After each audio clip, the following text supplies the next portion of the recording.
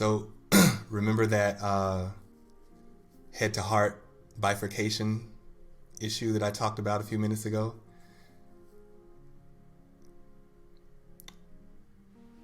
What emerged for me when I began voicing that and putting that out is the universe began showing me areas in my own life where I was disconnected and bifurcated head to heart. You know, it all of a sudden became this not so external thing that I'm going to help other people with. It's, no, you get to do your own deep inner work and connectivity. Because, you know,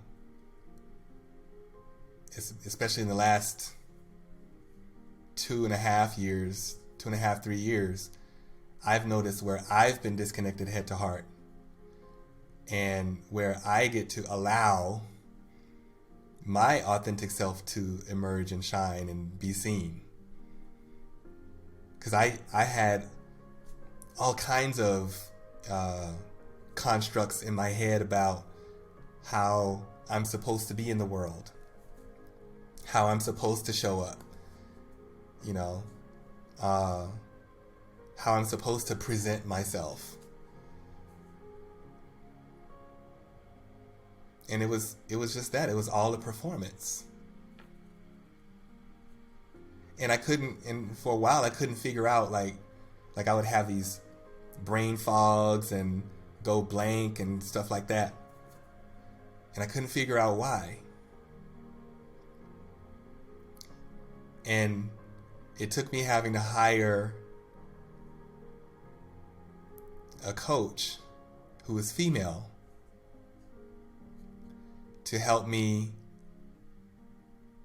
dig a bit deeper into my heart space and connect, and to allow my heart to lead rather than my head.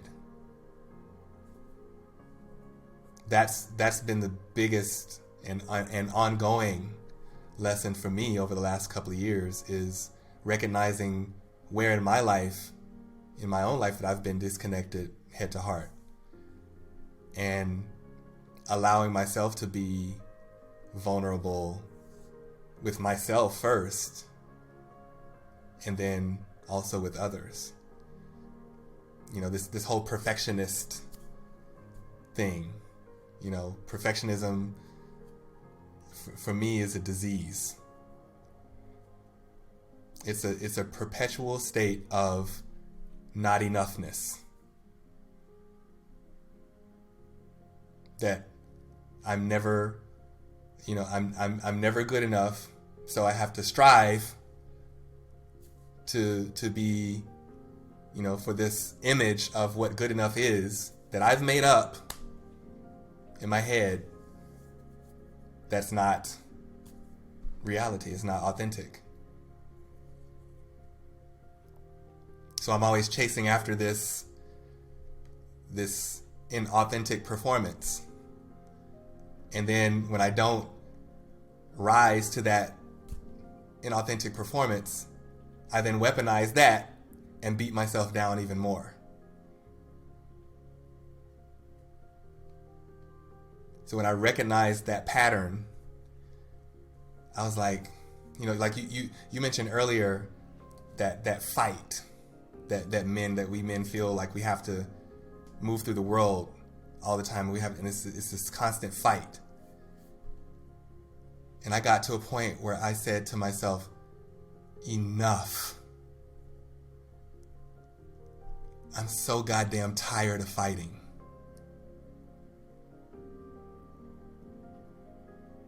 I don't want to fight anymore.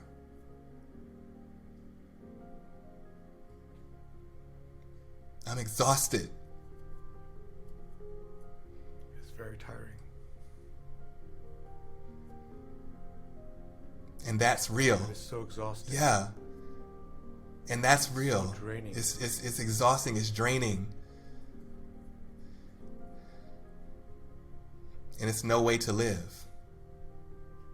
It's constricting. It's imprisoning. My my most core value is freedom.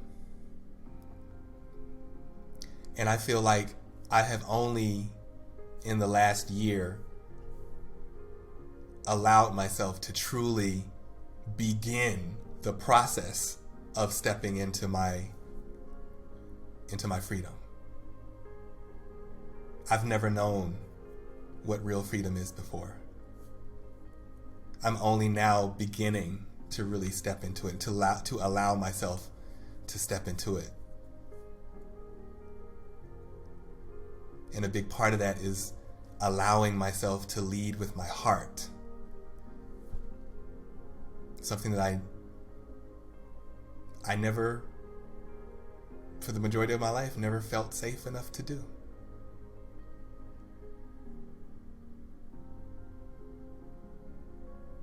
What's created that safety now? Awareness. Checking in with myself, checking in, having the tools through not only in my own coaching work, in helping others,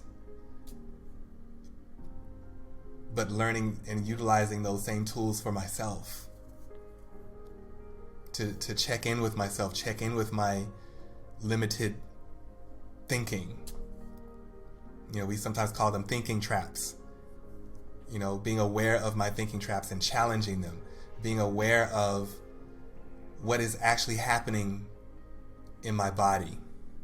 That's been a really huge one for me. Even like my fitness journey. My fitness journey has shifted over the last 2 years, but definitely even more so over the last year. Because the way I used to train before was all about the aesthetics. It was all about image. It was all about performance. It wasn't about how I felt. Fuck how I feel. I have to look good.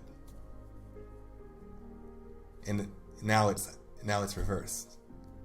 Now I care way more about how I feel than how I look. I still care about how I look too. That'll always be a part of it. But that's not what drives me anymore.